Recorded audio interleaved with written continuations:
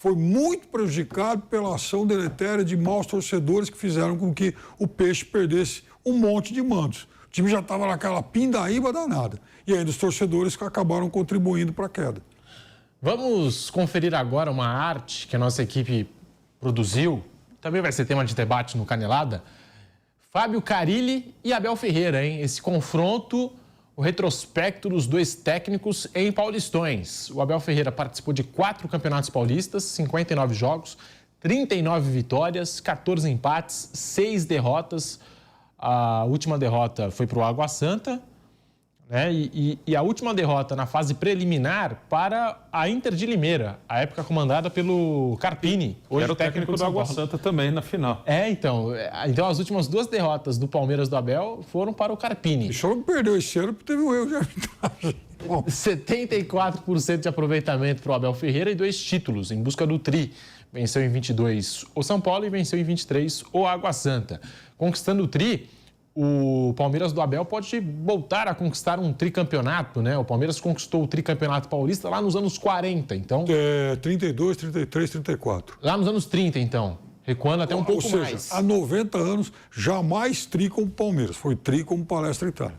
E agora o retrospecto do Fábio Carille. 5 participações, 5 campeonatos paulistas na conta, 73 jogos, 39 vitórias, 18 empates. E tem esse detalhe, né? O mesmo número de vitórias. 39 vitórias para o Abel, 39 vitórias para o Carille. 18 empates para o técnico santista, 16 derrotas, aproveitamento de 61,6% e é tricampeão paulista, Fábio Carille. Em 17, 18 e 19, o Carille... A gente está falando do Carille técnico do Santos, está chegando na sua final agora com o Peixe, mas esses 3 títulos com o Corinthians. E tem participação aí também do Corinthians nesses números. Fábio Carille e Abel Ferreira. O que falar desse confronto de técnicos à beira do campo, Bruno Prado? Até olhando os números, né? A curiosidade é que nos últimos 7 campeonatos paulistas eles ganharam 5 como treinadores. 3 do Carille, 17, 18, 19. O Abel ganhou os últimos 2, só 20 e 21 que não foram de Carille ou Abel. 20 foi do Palmeiras, mas com Luxemburgo. Em 21, São Paulo, dirigido pelo Crespo. Então eles são os maiores vencedores aí dos últimos anos do Campeonato Paulista. São trajetórias que têm uma semelhança no início, mas depois diferentes, até porque o Carille começa antes aqui no Brasil, né? O Abel tinha a carreira dele lá fora, né? O Abel foi da base do Sporting, depois do Braga, depois profissional do Braga, PAOK da Grécia e Palmeiras, né? O Abel chega ao Brasil nessa onda de técnicos estrangeiros, portugueses. Ele chega logo depois da saída do Jorge Jesus do Flamengo e, como eu já falei aqui, acho que tem muito a ver a vitória dele pelo PAOK contra o Benfica do Jorge Jesus, um pouco depois da saída do Jesus do Flamengo, que era na ocasião ali o grande técnico aqui do futebol brasileiro. O Abel chega e ganha logo de cara, né? Logo, meses depois da sua chegada, ele já era campeão da Libertadores e da Copa do Brasil. Aí eu acho que foi o ponto que deu a ele tempo para trabalhar, que eu costumo dizer que primeiro o cara tem que ganhar para depois ter tempo de trabalhar, né? Não é a ordem correta, é a ordem meio inversa, mas o Abel primeiro ganhou. E claro que ele tem o seu mérito, mas ainda não era exatamente o trabalho dele ali naquela primeira Libertadores, Copa do Brasil. Claro que ele tomou decisões, influenciou de certa maneira, claro que ele é vencedor com muitos méritos, mas onde ele trabalha mais forte são nas outras conquistas, onde ele tem mais tempo, né? Aí não é uma questão de competência, é uma questão de tempo mesmo. Tanto que, para mim, o melhor Palmeiras dele foi o de 2022, que não foi nem campeão de Libertadores, foi campeão brasileiro. Mas é um cara que já tem 9 títulos pelo Palmeiras, é um ídolo do clube, um dos maiores treinadores da história, então ele pode ganhar seu 10º título pelo Palmeiras em 3 anos e pouco de trabalho, o que é fantástico. E do outro lado, o Carille, que começou de uma maneira arrasadora a sua carreira no Corinthians, né? Ele é efetivado em 2017, no início do ano. Aí ele ganha 3 paulistas e um brasileiro, né? Na sua primeira, até antes de ganhar o 3º paulista, ele saiu para a Arábia e voltou. Mas depois ele entra e aí não é culpa dele, é mais culpa do nosso sistema, ele entra naquela coisa de não conseguir ter tempo de trabalhar em lugar nenhum. Que ele também saiu algumas vezes, foi para a Arábia, foi para o Japão, mas ele teve uma outra passagem pelo próprio Santos, em que ele pega o Santos perto de uma zona de rebaixamento, joga para o meio de tabela de brasileiro, mas cai já no Paulista do outro ano. Começa mal o Paulista do outro ano e já cai. O cara que cumpriu a missão dele no brasileiro anterior, que era tirar o time lá de baixo e colocou no meio de tabela. Aí ele tem uma passagem pelo Atlético Paranaense que não dura 10 jogos. Ele toma de 5 do The Strongest num jogo em La Paz pela Libertadores e é mandado embora. Acho que foram 8 jogos no Atlético Paranaense. E agora ele volta ao Santos. E, como eu falei, foi para o Japão, foi para a Arábia, ganhou o dinheiro dele, fez muito bem. Mas esse é um grande desafio, que vamos ver se o Carille terá agora no Santos esse tempo.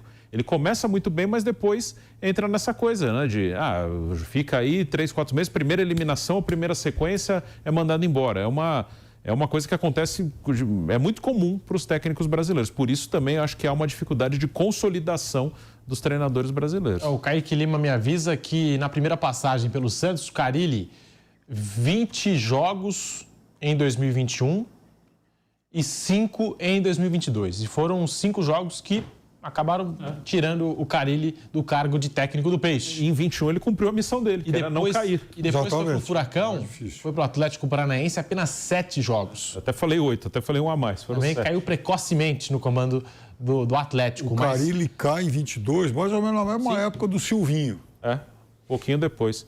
E o Santos dele, o jogo que o Silvinho cai, ele perde pro Santos do Carille. Foi. Ou seja, no meio desses 5 jogos aí apenas de Paulista, tem uma vitória em Itaquera. Olha só. Inteligência rara aquela direção do Santos. E a gente vê como o cenário se repete em outras equipes, mas acaba se repetindo o Carpini. O São Paulo segurou o Carpini, está segurando o Carpini até agora, mas a pressão que o Carpini está recebendo por 4, 5 jogos aí, né? Enfim, estava indo muito bem, quebrou um tabu em Itaquera, foi campeão da Supercopa em cima do Palmeiras. E aí bastaram 4, 5 jogos de Paulistão para o trabalho do Carpini ser de ótimo a péssimo, né? É isso mesmo, de ótimo que péssimo. Alguém vai dizer, não, ele já fez 14 jogos, que é pouco também, né? Mas alguém vai dizer, são 14, mas é exatamente o que você falou. Ele começa a ser criticado mais ou menos na metade ali, que até quando ele ganha do Corinthians e ganha a Supercopa do Palmeiras, ele era super elogiado até de maneira exagerada. Acho que o grande problema aqui são os exageros, né? É jogar o cara lá no céu, aí parecia que era o novo Tele Santana no São Paulo, e depois, como você cria uma expectativa, o cara chegou, quebrou o tabu, ganhou a Supercopa, o cara é bom, aí você começa a esperar que o cara seja um gênio. E aí quando tem um momento ruim, a mesma expectativa que é jogada lá pro alto de maneira exagerada, é jogada lá para baixo também. Agora parece que o cara não sabe nada, né? Parece que o cara... caiu de paraquedas ali. E a sequência de 4 jogos.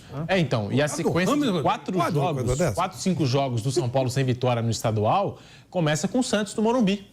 O Santos vence o São Paulo no Morumbi. E aí, dali em diante, começa a sequência que começaram a pressionar o Carpini no comando técnico do São Paulo. Agora foi eliminado pelo Novo Horizontino, enfim. Você vê como são as coisas. Quando o São Paulo perde para o Santos lá no Morumbi, São Paulo reclamou muito da arbitragem. Aí o São Paulo empatou com o Palmeiras no Morumbi e reclamou bastante da arbitragem. Ora, se o São Paulo reclamou tanto dos árbitros desses 2 clássicos que ele não venceu em casa, então eu imagino que não tenha tido tanta coisa assim para reclamar do trabalho do técnico. Porque se os árbitros tivessem acertado, o time teria vencido e, portanto, o técnico não era o cara mais burro do mundo. Aí, se eu fosse o Carpini, eu fazia igual o Vampeta contra do Evaristo Macedo. Não sei que o jogador queria que pusesse, ele colocou. É o Mirandinho. Mirandinho. Aí o cara não fazia nada, da torcida gritando no Parque São Jorge. Tira! Ele falou, não vou tirar, não. Vocês o que fique. Isso. Quando ele coloca ele lá, depois de 15 minutos, ele lá vai meter uma xícara, né? Meter o braço aqui e ficar com a xícara. Aí, não, vai jogar até o fim agora. Ele vai sair de gatinho, vai jogar até o fim. Você acredita que eu faço a Carpini no jogo lá contra o Novo Horizontino? Põe o Rames lá com 15 do segundo tempo. Não é isso que vocês estão querendo?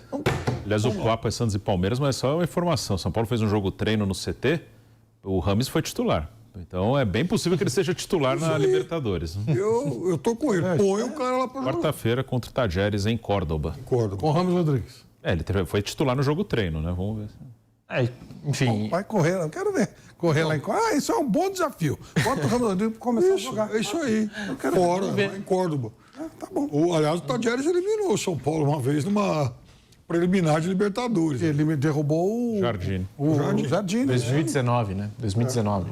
Comecinho na temporada 2019, com o André Jardine naquela ocasião, pré-Libertadores, e naquele time do Tajeres jogava Guinha Azul. Sim. Guinha Azul, 40 anos, né? O técnico era o Vojvoda. Era o Vojvoda, verdade. Como é que é a vida, né? Naquele dia. Eu tenho muita amizade com o Jardine até hoje.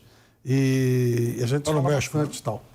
Quando ele saiu naquele dia, antes dele sair, eu liguei para ele no vestiário e já me deu a notícia. Falou, saí e tal. Ficou muito chateado. Mal sabia ele que ele estava começando ali a ter uma carreira espetacular. É técnico do América do México, um dos maiores times do mundo. Se ele tivesse